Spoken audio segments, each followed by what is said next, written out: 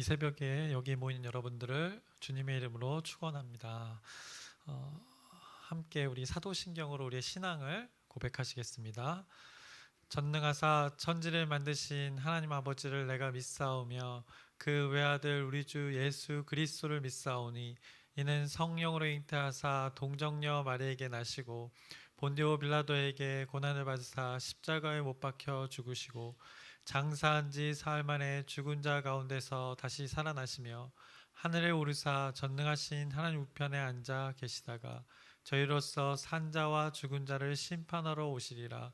성령을 믿사오며 거룩한 교회와 성도가 서로 교통하는 것과 죄를 사여 주시는 것과 몸이 다시 사는 것과 영원히 사는 것을 믿사옵나이다. 아멘.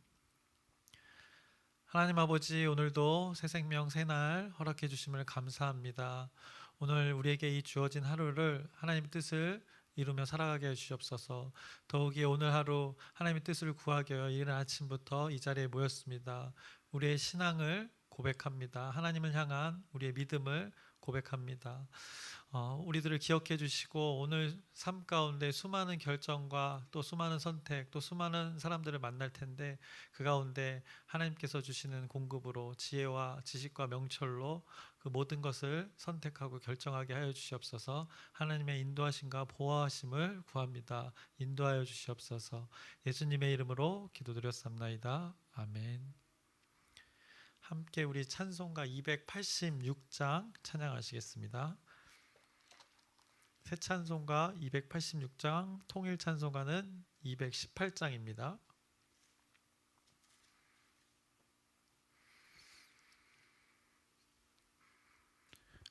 주 예수님 내 맘에 오사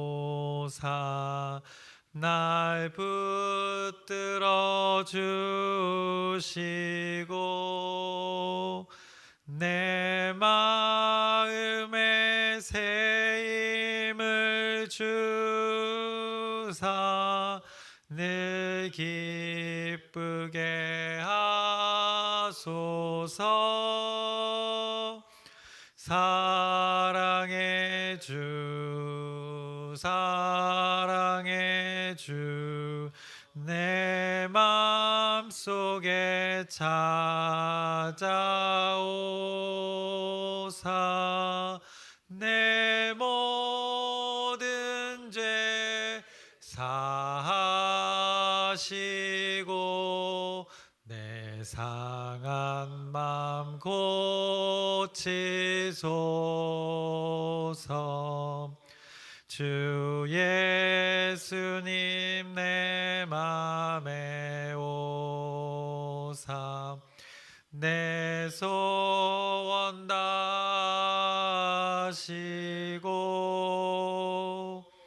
내 무거운 짐 맡아 주사 참 평안을 주소서.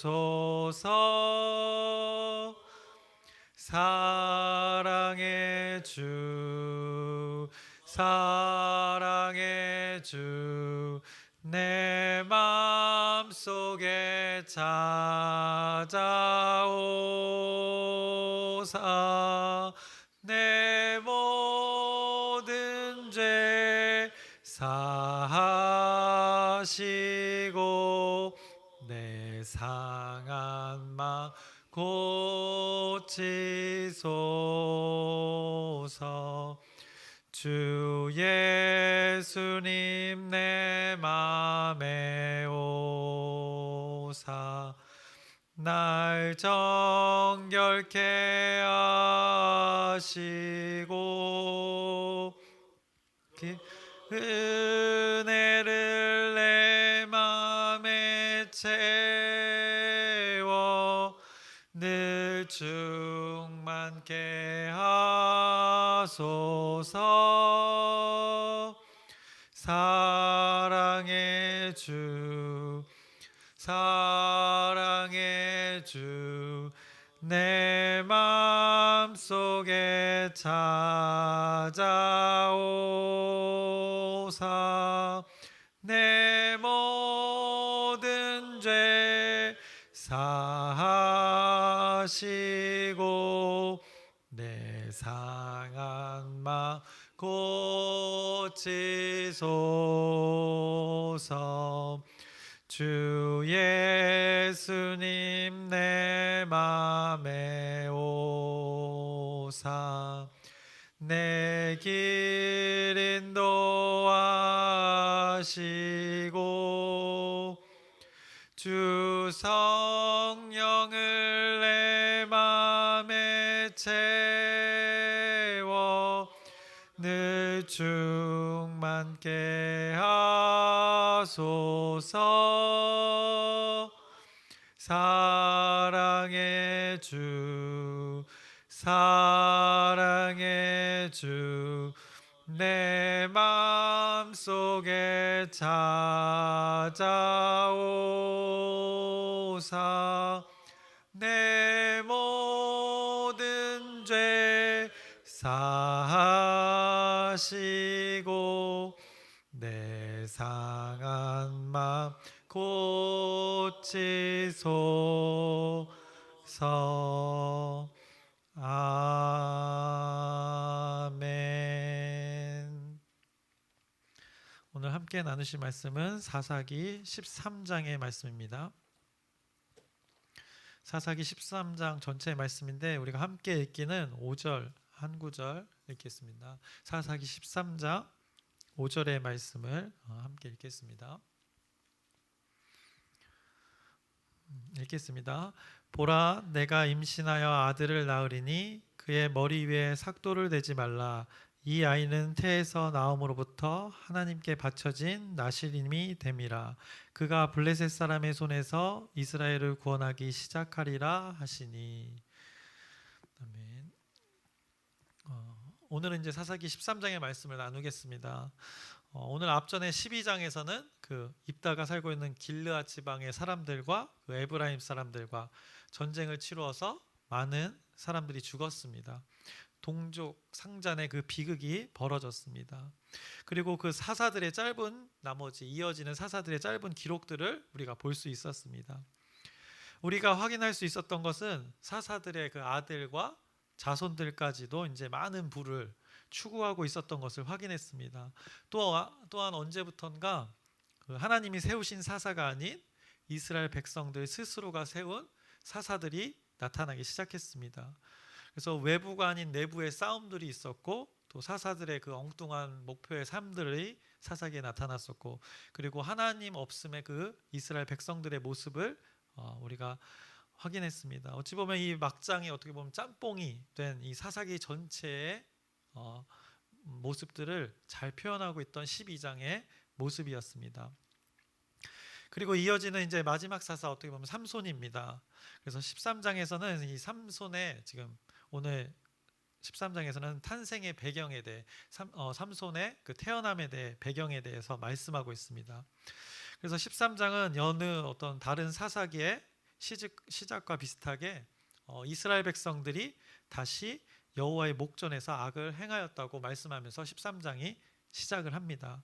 그리고 40년 동안 블레셋 사람의 손에 넘겨져서 그들이 이스라엘 백성들이 고통을 받았다고 오늘 1절에 말씀하고 있습니다. 그 가운데 이제 삼손의 태어남의 배경을 말씀하는데 2절의 말씀입니다. 소라 땅의 단지파의 가족 중에 마노아라 이름하는 자가 있더라. 그의 아내가 임신하지 못함으로 출산하지 못하더니라고 이렇게 말씀합니다. 단지파의 마노아라는 아버지와 그의 아내가 소라라는 도시에 살고 있었습니다. 그 단지파 위치는 에브라임 지파 가운데 정도에 위치하는 그 지파 어떻게 보면 7시 방향 쪽에 위치해 있던 그 지파의 위치였습니다. 그리고 그 단지파 왼쪽에는 이제 블레셋 사람들이 그 바닷가 지중해 가까이에 평야에 거주하였습니다. 그리고 특히 오늘 나온 이 소라라는 도시는 블레셋의 주요 도시 5도시가 있는데 에글론, 가드, 아스돗, 아스글론, 가사 이제 성경에 자주 나오는 그 도시 이름입니다. 근데 그 중에 에글론과 가드에 무척 가까이 위치한 도시 그 도시가 바로 소라였습니다. 그래서 블레셋의 영향권에 있던 곳임을 성경이 지금 말씀하고 있는 것입니다. 그 가운데 마노아라는 자가 있었고 마노아의 아내가 자식을 낳을 수 없었다고 지금 성경이 말합니다. 그 가운데 여호와의 사자가 그 여인에게 나타나서 지금 이제 메시지를 전달합니다. 제가 3절부터 5절까지 읽겠습니다. 여호와의 사자가 그 여인에게 나타나서 그에게 이르시되 보라 내가 본래 임신하지 못함으로 출산하지 못하였으나 이제 임신하여 아들을 낳으리니 그러므로 너는 삼가 포도주와 독주를 마시지 말며 어떤 부정한 것도 먹지 말지니라. 보라 내가 임신하여 아들을 낳으리니 그의 머리 위에 삭도를 내지 말라. 이 아이는 태에서 나옴으로부터 하나님께 바쳐진 나실인이 됨이라. 그가 블레셋 사람의 손에서 이스라엘을 구원하기 시작하리라 하시니라고 말씀합니다. 이에 이것을 메시지를 듣고 여자가 놀라서 남편 마노아에게 가서 이 상황을 알립니다. 그것이 바로 6절에서 7절에 이어집니다. 이에 그 여인이 가서 그의 남편에게 말하여 이르되 하나님의 사람이 내게 오셨는데 그의 모습이 하나님의 사자의 용모 같아서 심히 두려움으로 어디서부터 왔는지를 내가 묻지 못하였고 그도 자기 이름을 내게 이르지 아니하였으며 그가 내게 이르기를 보라 내가 임신하여 아들을 낳으리니 이제 포도주와 독주를 마시지 말며 어떤 부정한 것도 먹지 말라. 이 아이는 태에서부터 그가 죽는 날까지 하나님께 바쳐진 나실인이 됨이라 하더이다 하니라 라고 말씀을 전하고 있습니다. 이에 그가 자식을 낳을 텐데 그 자식은 이제 나실인의 삶을 살아야 한다라고 선포하였습니다. 나실인의 삶에 대해서는 민수기 6장에서 아주 자세하게 말씀하고 있는데 동일하게 오늘 본문에서도 그 나실인의 삶이 어떤지를 잘 표현하고 있습니다. 어떻게 보면 이스라엘 백성들에게 주어진 율법이기 때문에 잘 알고 있어야 했습니다. 그런데 어쩌면 잘 기억하지 못하고 있었을 수도 있습니다. 왜냐하면 사사기를 계속해서 나누는 우리가 이스라엘 백성들의 삶을 보면 그들의 삶의 위치가 하나님과는 많이 동떨어진 삶을 살았기 때문에 어떻게 보면 주어진 율법을 잘 기억하고 있지 않았을지도 모릅니다. 그런 가운데 하나님께서 여호와 사자를 보내서 한 가정을 택하여서 하나님의 말씀을 지금 기억하게 하는 것입니다. 지금도 현대에도 자식을 가지려는 자들에게는 이 마노아 부부가 겪고 있는 이런 불임은 어떻게 보면 매우 고통스럽고 안타까우고 슬픈 일입니다. 그런데 이런 괴로움 가운데 있는 자 가운데 하나님께서 찾아오셔서 그런 자에게 지금 소망을 주시고 기쁨을 주시고 계시는 것입니다. 자식을 낳을 것이라는 그 약속을 주시고 그 하나님의 율법을 기억하게 합니다. 태어날 아이가 나실인의 삶을 살기를 원하셨습니다. 이것이 하나님의 말씀을 기억하게 하는 하나님의 방법이었던 것입니다. 결국 삼손이라는 자가 태어나는데 삼손의 이 태어남에도 이 하나님의 섭리가 있다는 것입니다. 이스라엘 백성들 가운데 하나님의 말씀을 기억하게 하는 방법입니다. 그 한 사람을 세우면서 그의 가족들이 하나님의 말씀, 율법을 기억하게 하게 되고 이제 태어날 자가 그 하나님의 구별된 사람으로 이제 살아가면서 하나님을 드러내기 위한 하나님의 섭리가 지금 이루어져 가고 있는 것을 오늘 13장에 말씀하고 있는 것입니다. 여러분은 어떻습니까? 여러분도 이렇게 삼손처럼 출생의 신비가 있으십니까? 여러분이 동일한 이 출생의 신비는 없더라도 삼손처럼 하나님께서 부르신 이유가 동일하게 우리에게 있습니다. 우리는 어쩌면 금수저가 아닌 흙수저로 태어난 출생의 비밀은 있습니다. 어찌 보면 이미 기울어진 운동장에서 그 기울어진 운동장처럼 우리가 그런 상황 가운데 태어났는지도 모릅니다. 그러나 그 가운데 하나님께서 우리를 온갖 이유와 그 환경을 통해서 하나님께서 우리를 부르셨습니다. 그래서 결국에는 지금 우리가 이 자리에 있게 된 것입니다. 누구는 어떤 장로의 역할로, 누구는 권사의 역할로, 누구는 집사의 역할로, 누구는 성도의 역할로, 누구는 또 목사의 아내의 역할로 이렇게 역할은 다르지만 매 한 가지인 것은 하나님이 우리 모두를 사랑하셔서 우리 모두를 그 모든 만물의 창조주의 자녀로 부르셨다는 것입니다. 이것이 삼손의 이 나실인과 나실인의 구별과 무엇이 다르겠습니까? 우리의 출생은 삼손과는 조금 다르지만 삼손의 부르심과 우리가 다르지 않음을 여러분이 이 말씀을 통해서 깨달으시길 바랍니다. 마노아의 아내가 여호와의 사자를 대면하고 놀라서 남편에게 달려가 이 소식을 전했습니다. 그 남편 마노아가 여호와께 이제 기도합니다. 그 내용이 8절에 나옵니다. 8절 이후에 14절까지 쭉 이어지는데요. 제가 읽겠습니다. 마노아가 여호와께 기도하여 이르되 주여 구하옵나니 주께서 보내셨던 하나님의 사람을 우리에게 다시 오게 하사 우리가 그 낳을 아이에게 어떻게 행할지를 우리에게 가르치게 하소서 하니 하나님이 마노아의 목소리를 들으시니라. 여인이 밭에 앉아 있을 때에 하나님의 사자가 다시 그에게 임하였으나 그의 남편 마노아는 함께 있지 아니한지라. 여인이 급히 달려가서 그의 남편에게 알려 이르되 보소서 전일에 내게 오셨던 그 사람이 내게 나타났나이다 하매 마노아가 일어나 아내를 따라가서 그 사람에게 이르러 그에게 묻되 당신이 이 여인에게 말씀하신 그 사람이니까 하니 이르되 내가 그로다 하니라. 마노아가 이르되 이제 당신의 말씀대로 되기를 원하나이다. 이 아이를 어떻게 기르며 우리가 그에게 어떻게 행하리이까. 여호와의 사자가 마노아에게 이르되 내가 여인에게 말한 것들을 그가 다 삼가서 포도나무의 소산을 먹지 말며 포도주와 독주를 마시지 말며 어떤 부정한 것도 먹지 말고 내가 그에게 명령한 것은 다 지킬 것이니라 하니라 라고 이렇게 말씀합니다. 아이를 낳으면 어떻게 키워야 하는지 물었고 또 어떻게 키워야 하는지에 대해서 알려주셨습니다. 나신인의 삶에 대해서 지금 반복해서 성경이 지금 말씀하고 있는 것입니다. 하나님의 율법을 지금 악을 행하고 있는 자들 가운데 이스라엘 백성 전체 가운데 한 사람 한 가정을 찾아와서 지금 이 하나님의 율법을 말씀하고 있는 것입니다. 이제 앞으로 태어나게 될 아이의 삶이 어떤 삶이어야 하는지 성경은 지금 선포하고 있는 것입니다. 아직 삼손이라는 이름이 성경에서는 언급되지 않았지만 삼손 그의 삶의 기준이 오늘 이 13장에 반복해서 강조되고 있는 것입니다. 그의 삶이 어떻게 살아야 되는지 그의 삶이 이래야 되는 것을 말씀하고 있습니다. 그 기준을 기억하시고 이제 삼손의 삶의 변화를 우리는 이제 확인하면 되는 것입니다. 그것을 확인하고 이제 우리의 삶에 적용하는 것이 우리의 몫입니다. 그래서 다시 본문으로 돌아와서 여호와의 사자가 마노아에게 말씀을 전달한 다음에 이제 마노아가 여호와의 사자를 위해서 번제를 준비하다가 그 신비한 존재에게 이름을 묻습니다. 그것이 17절의 말씀인데요.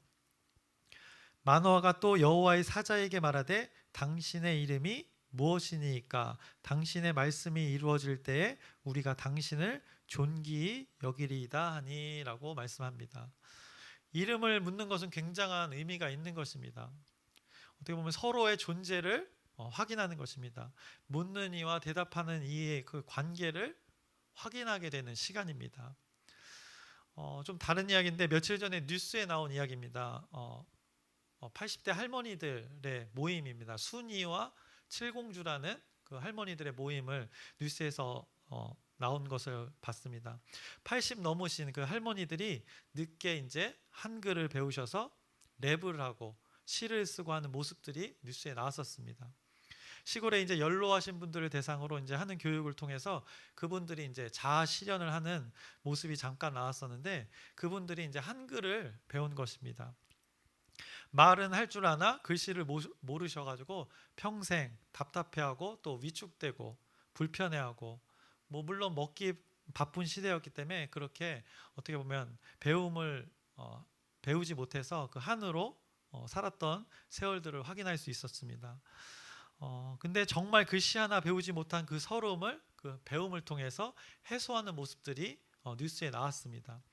이제 그분들이 한글을 배우셔서 이제 시를 쓰시는데 어떤 한 분 할머니가 말씀하길 이렇게 얘기합니다. 나는 시가 뭔지도 모르고 살았습니다. 밭에 뿌리는 씨만 알았지 시가 전혀 뭔지 몰랐습니다 라고 이런 고백을 했습니다. 그러면서 자신이 배운 그 한글로 시를 쓰셨는데 이렇게 썼습니다. 제가 잠깐 읽어드리겠습니다. 제목은 나의 꿈입니다. 엄마는 나를 세상에 내놓고 왜 그렇게 급히 먼 하늘로 훌쩍 날아가셨는지. 엄마의 치마 품에서 예쁘게 자랐을 나의 꿈. 내 막내 동생 눈도 뜨지 못하고 너 살 나이에 까맣게 눈물 범벅이 되어 음지에 묻혀버리네. 책 보따리 허리춤에 메고 학교에는 친구들 담 넘어 보여도 따라가지 못하는 내 신세. 쭈그리고 앉아 설거지하는 내 신세. 공부하는 배움은 올해 한으로 남았네.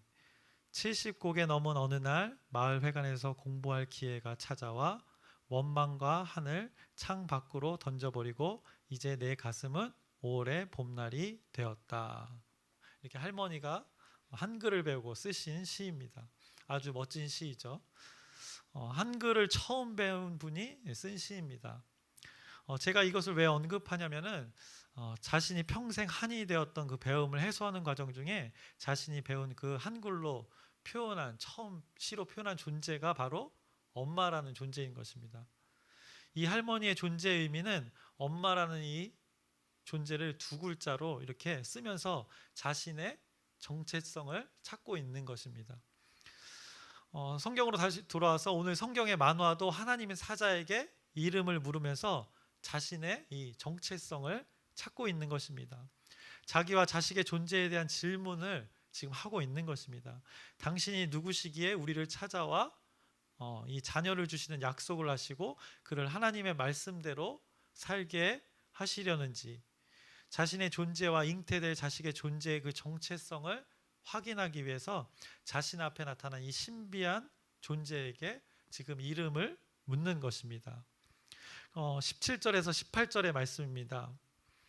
마노아가 또 여호와의 사자에게 말하되 당신의 이름이 무엇이니까? 당신의 말씀이 이루어질 때에 우리가 당신을 존귀히 여기리이다니. 여호와의 사자가 그에게 이르되 어찌하여 내 이름을 묻느냐? 내 이름은 기묘자라 하니라 라고 말씀합니다. 내 이름은 기묘자라 말씀합니다. 기묘라는 표현을 국어사전을 보면 신비한, 아주 기이한 이런 표현입니다.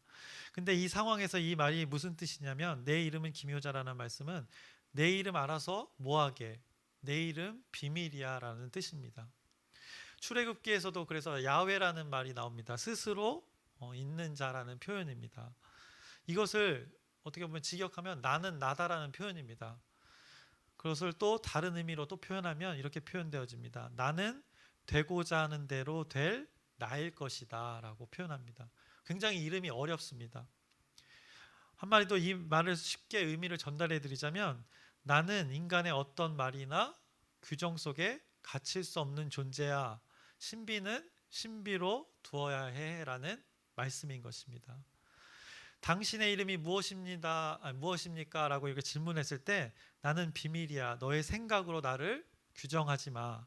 나는 그 이상의 존재야. 너가 나를 소유할 수 없는 존재라는 것을 지금 마노아에게 여호와의 사자가 말씀하고 있는 것입니다.